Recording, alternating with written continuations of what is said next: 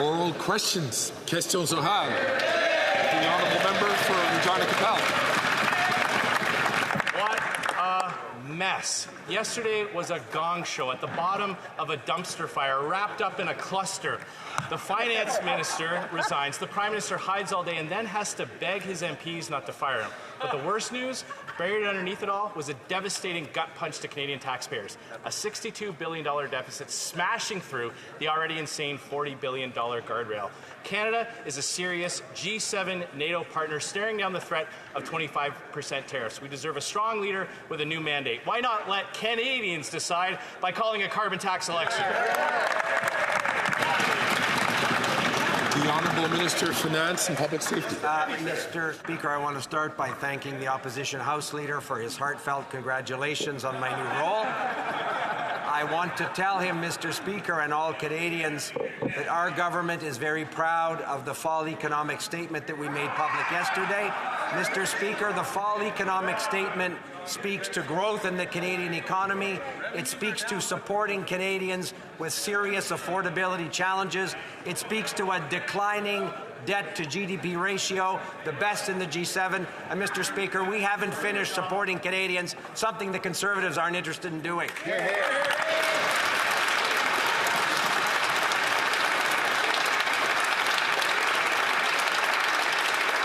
The Honourable Member for Regina Capel. Well, I'd like to congratulate the new finance minister for being the fourth finance minister in a 24-hour period. But it's the same old talking points. What they did yesterday was smash through that $40 billion guardrail. What does that mean? It now means that Canadians have to pay back all that money with interest, and 43 cents of every dollar you earn now has to go to pay the tax burden. More money to bankers and bondholders. In fact, the government's now spending more on the interest on that debt than on health care. But the Prime Minister doesn't care. He doesn't worry about where the money comes from. He's never had to worry about that. So why not let Canadians decide their future by calling a carbon tax election? The Honourable Minister of Finance and Intergovernmental Affairs. Mr. Speaker, Canadians expect their government to be focused on their economic concerns. They expect their government to be focused on the real threat that 25% tariffs across the board would mean to the Canadian economy. That's the work that our government's doing. I can report, Mr. Speaker, I had an encouraging preliminary conversation with the Foreign Affairs Minister yesterday, with the Border Czar, with Mr. Homan. We look forward to working with the incoming administration on border security, something that the fall economic statement generously supported yesterday. This is the work Canadians expect us to be focused on, and we're looking forward to doing that work. The Honourable Member for Regina Capel. Yeah, they were so proud of that fall budget that they tabled it in the House and then ran and hid for the rest of the day.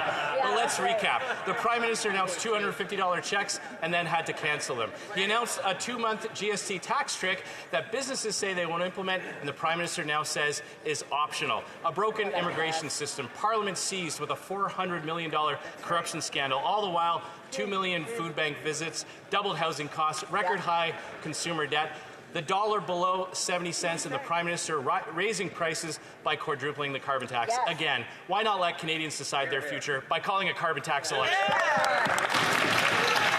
Honourable Minister of Finance and for Intergovernmental Affairs. Mr. Speaker, as I said a moment ago, we're proud of the fiscal and economic record of this government. This is a record, Mr. Speaker, of supporting Canadians through the pandemic.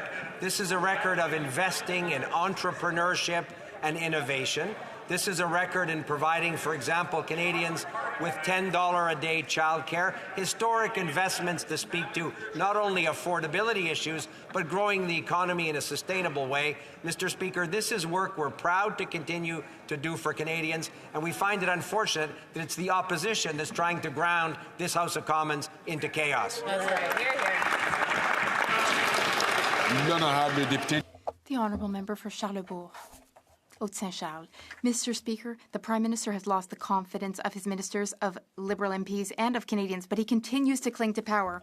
He and his top economic advisor, Mark Carney, forced the former finance minister to blow past her already out-of-control $40 billion fiscal guardrail, which was already out of control, as I said, and forced her to run a whopping $62 billion deficit.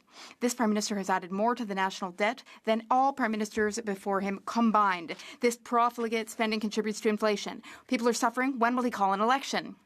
The Honourable Minister of Finance. Mr. Speaker, the fall economic statement was tabled in the House of Commons yesterday. It is an economic statement which talks about economic growth and supporting Canadians through difficult times with a high cost of living. The economic statement also discusses our responsibility to use taxpayer money and responsibly, to spend it responsibly. And, Mr. Speaker, that is exactly what we will continue to do, all while keeping an eye on exactly what support Canadians need from their national government. The Honourable Member for Charlebourg, Haute-Saint-Charles. How can we believe the new finance minister? How can we have confidence in what he is saying when yesterday he wasn't even able to answer a journalist's question, what is the national debt of Canada? Now, the former finance minister said in her letter yesterday, and this is very important, I quote, "We need to keep our fiscal powder dry today so we have the reserves that we may need for a coming tariff war." That means eschewing costly political gimmicks, which we can ill afford and which make Canadians doubt that we recognize the gravity of the moment, unquote. That was her message, the message of the former finance minister to the prime minister, who never listens to anyone. Call an election now. The Honourable Minister of Finance and Intergovernmental Affairs. Mr. Speaker, our colleague has mentioned the government's deficit, but he knows that our debt to GDP ratio is declining, and we have the lowest debt to GDP ratio of all G7 countries.